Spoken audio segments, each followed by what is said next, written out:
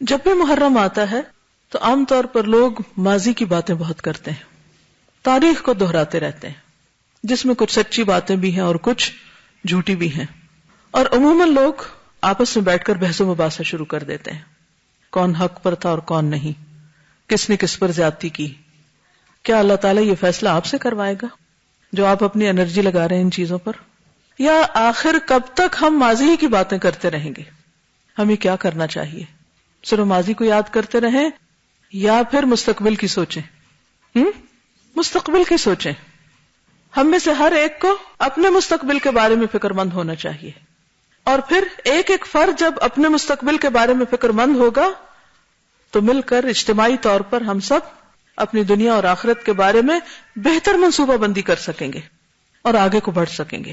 تاریخ صرف سبق کے لیے پڑھی جاتی ہے کہ اس سے انسان عبرت حاصل کرے، سبق لے، اور آئندہ وہ غلطیاں نہ دہرائے، آئندہ ایسا کوئی کام نہ کرے کہ جس سے پچھلوں کو نقصان ہوا۔ لیکن افسوس یہ کہ ہم نہ سبق لیتے ہیں اور پھر انہی چیزوں کو ریپیٹ کیے چلے جا رہے ہیں۔ اگر صحابہ کے درمیان اختلاف ہوئے یا تابعین کے درمیان اختلاف ہوئے تو ہمارے لیے سبق کیا ہے کہ ہم ان چیزوں سے بچیں، یا یہ سبق ہے کہ ہم ان کے بارے میں فیصلہ کرنے بیٹھ جائیں اور آپس میں جھگڑیں اور ایک دوسرے کے قتل و غارت شروع کر دیں اور ایک دوسرے کو برداشت نہ کریں؟ نبی صلی اللہ علیہ وسلم نے فرمایا ہر مسلمان دوسرے مسلمان پہ حرام کیا گیا ہے، ہر مسلمان دوسرے مسلمان پر حرام ہے۔ کیا مطلب؟ اس کی جان، مال، آبرو، وہ ایک دوسرے کے بھائی اور مددگار ہیں۔ ہم سب کو نیکی کے کاموں میں ایک دوسرے کے ساتھ تعاون کرنا ہے، تو کرنے کا کام تو یہ ہے۔ دوسروں کے ساتھ کیسا معاملہ کہ اگر وہ اچھا کر رہے ہیں تو ان کی مدد کی جائے، اور اگر وہ غلط کر رہے ہوں تو ان کو غلطی سے روکا جائے، ان کے لیے خیرخواہی کے جذبات ہوں۔ لیکن حقیقت یہ ہے کہ سب سے بڑھ کر ہمیں نئے سال کی آمد پر خود اپنے بارے میں سوچ بچار کرنی چاہیے، اپنے مستقبل کے بارے میں سوچنا چاہیے، کیونکہ اگر ہم خود اپنے بارے میں نہیں سوچیں گے تو کیا کوئی دوسرا ہمارے لیے سوچے گا؟ کیا کوئی دوسرا ہماری نجات کے لیے کچھ کام کرے گا؟ سورۃ الحشر میں اللہ سبحانہ وتعالی فرماتے ہیں یا ایھا الذین آمنوا اتقوا اللہ ولتنظر نفس ما قدمت لغد واتقوا اللہ ان اللہ خبیر بما تعملون۔ تو ہمیں کیا کرنا ہے؟ نیا سال شروع ہوا، مبارکباد بھی دے دی، اس کے معنی بھی جان لیے، دعائیں بھی دے دی، ایک دوسرے کی حرمت کے بارے میں بھی پڑھ لیا، سن لیا، سمجھ لیا، اس کا بھی عہد کر لیا کہ ہم انشاءاللہ اللہ اور اس کے رسول کے ان احکامات پر عمل کریں گے۔ اور اس کے بعد اگلا کرنے کا کام کیا ہے؟ اپنے نفس کا محاسبہ نفس۔ وَلْتَنْظُرْ نَفْسٌ مَا قَدَّمَتْ لِغَدٍ، اپنے لیے سوچیں میں نے اپنی کل کے لیے کیا کیا ہے، اپنی آخرت کے لیے کیا کیا ہے۔ کیسے سوچیں؟ ابن القیم الجوزیہ، ان کی ایک کتاب ہے زاد المعاد۔ زاد المعاد، معاد کس کو کہتے ہیں؟ آخرت کو۔ اور زاد کس کو کہتے ہیں؟ زاد راہ کو، سامان کو، آخرت کا سامان کتاب کا نام ہے۔ زاد المعاد میں ابن قیم الجوزیہ محاسبہ نفس کا طریقہ بتاتے ہیں، کیسے محاسبہ کیا جائے۔ وہ کہتے ہیں کہ سب سے پہلے فرائض پر محاسبہ کریں۔ کس طرح؟ کہ مجھ پر کیا کچھ فرض عائد ہوتا ہے، عبادات میں کیا فرض ہے، مثلا نماز، روزہ، حج، زکوٰۃ۔ اسی طرح بحیثیت ماں میری ذمہ داری کیا ہے، بحیثیت بیوی میری ذمہ داری کیا ہے، بحیثیت مسلمان میری ذمہ داری کیا ہے۔ تو جو اہم ترین فرائض ہیں، بیسک رسپانسبلٹیز ہیں، ان کے بارے میں سب سے پہلے سوچنا چاہیے، کیونکہ قیامت کے دن سب سے پہلے کس کے بارے میں پوچھا جائے گا؟ فرائض کے بارے میں پوچھا جائے گا، خصوصاً نماز کے بارے میں پہلا سوال ہوگا، جو اللہ کے حقوق میں سے اور بندوں کے حقوق میں سے قتل کا فیصلہ سب سے پہلے کیا جائے گا۔ تو وہ لکھتے ہیں کہ اگر فرائض کی ادائیگی میں کمی پائے تو قضا یا اصلاح کر کے اس کا تدارک کرے۔ دو کام، جو کام نہیں کیا اس کو کرے۔ مثلا روزے چھوڑے ہیں تو کیا کریں؟ روزے رکھیں۔ فریضہ حج ادا نہیں کیا تو اس کو ادا کریں۔ زکوٰۃ ڈیو ہے تو اس کو ادا کریں۔ اور اسی طرح اگر مثلاً آپ نماز پڑھتے تو ہیں لیکن درست نہیں پڑھتے، صحیح مسنون طریقہ ہی نہیں آتا آپ کو، تو کیا کریں؟ اصلاح کریں۔ تو اس نئے سال کے شروع میں ہم سب کو اپنی اپنی نمازوں کا جائزہ لینا چاہیے، کیونکہ نماز کا حساب سب سے پہلے ہے۔ کیونکہ بہت سے لوگ ایسے ہیں جو نماز پڑھتے ہیں لیکن ان کی نماز ان کے سروں سے اوپر نہیں جاتی، یعنی قبول نہیں ہوتی، واپس ان کے منہ پہ مار دی جاتی کہ اللہ کو ایسی نماز نہیں چاہیے. اور اس کی بھی بنیادی وجہ کیا ہوتی کہ وہ سنت کے مطابق نہیں ہوتی، کیونکہ اس کے بارے میں بھی ہم نے کچھ خود ساختہ باتیں گڑی ہوئی اپنے لیے، اپنے آپ کو مطمئن کرنے کے لیے. کیا کہ اللہ تعالیٰ اب اتنی باریک باتیں تھوڑی دیکھیں گے کہ ہاں جی ایک حصہ بازو کا وہ خشک رہ گیا تھا تو وضو نہیں ہوا. نہیں، ایڑیوں کے بارے میں کتنی واضح حدیث ہے، وَيْلٌ لِّلْعَقَابِ مِنَ النَّارِ. یہ بات آپ نے کب فرمائی تھی؟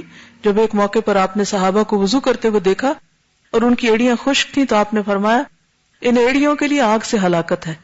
کتنے ہی لوگ وضو کرتے ہیں، کوہنیاں خشک رہ جاتی ہیں، ایڑیاں خشک رہ جاتی ہیں، پوری طرح چہرہ نہیں دھوتے، یوں بعض اوقات لوگ چھینٹے مار دیتے ہیں اور کام ختم کر لیتے ہیں.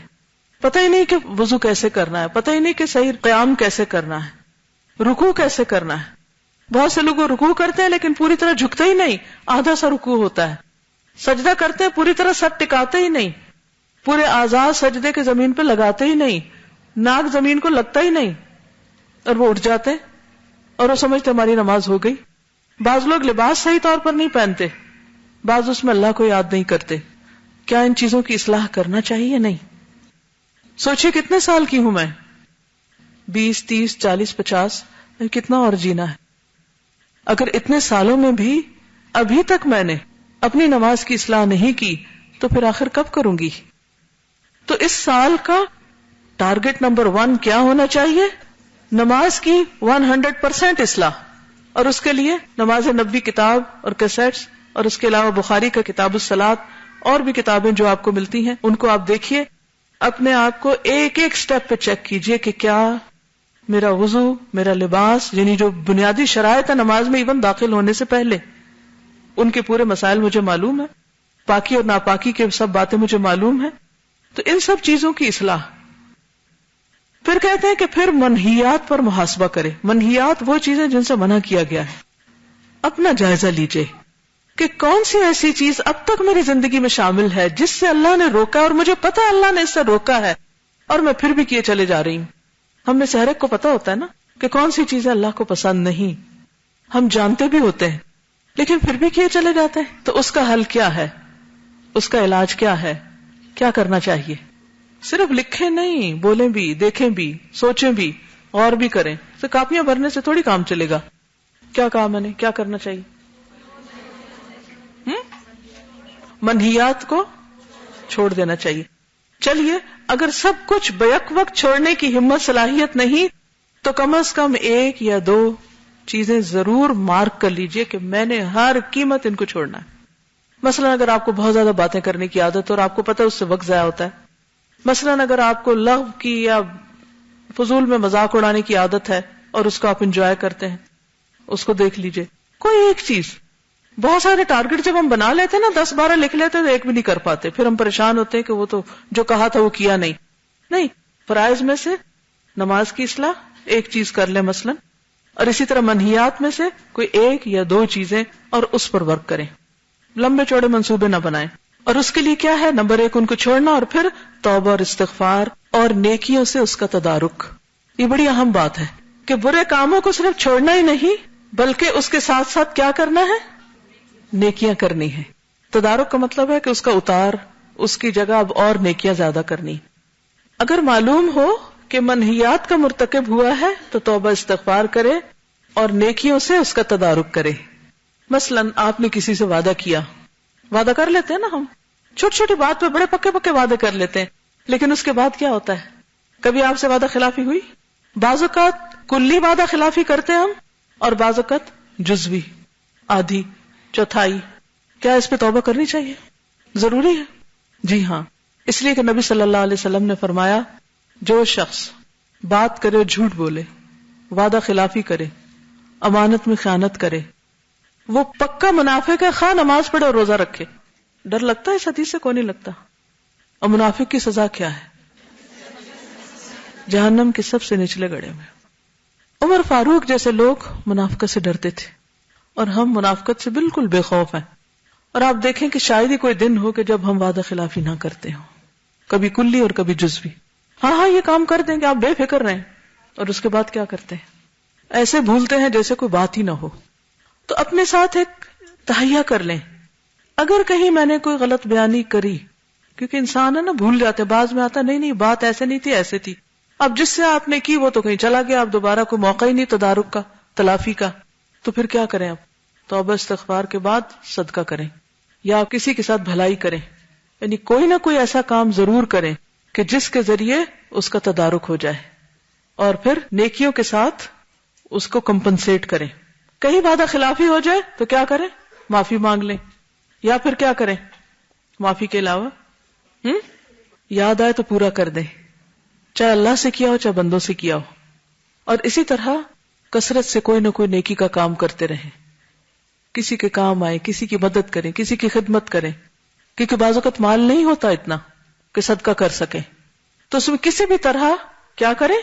کوئی نیکی کا کام کریں، تو انشاءاللہ اس سے اس کا تدارک ہو جائے گا۔ پھر ابن القیم کہتے ہیں کہ غفلت پر اپنا محاسبہ کرے، فرائض کی ادائیگی، منہیات اور غفلت پر محاسبہ۔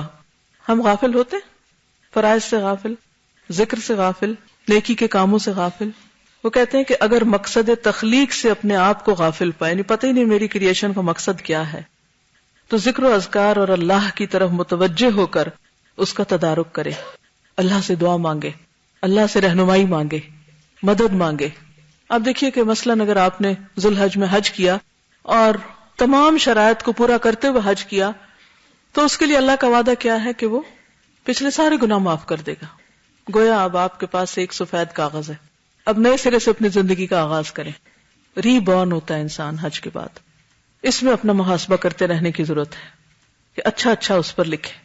لیکن اگر حج کا موقع نہیں ملا اور ابھی پیچھے بہت ساری ایسی چیزیں ہیں جو ٹھیک نہیں ہیں، تو کبھی آپ ہوم ورک کرتے ہیں اور اس میں کوئی چیز ٹھیک نہیں لکھی جاتی تو کیا کرتے ہیں؟ رب کرتے ہیں، مٹاتے ہیں، وائٹنر لگاتے ہیں، ریزر لگاتے ہیں اور اس کو صاف کرتے ہیں۔ تو توبہ اور استغفار کے ذریعے اس کو صاف کریں۔ لیکن یاد رکھیں کہ بہت ضروری ہے کہ انسان نیکیوں پر استقامت کے لیے اسباب اختیار کرے، اور ان اسباب میں ایک بہت اہم صحبت صالح ہے، نیک لوگوں کی صحبت۔ عموماً گناہوں کا ارتکاب کب ہوتا ہے، کیوں ہوتا ہے، کہاں ہوتا ہے؟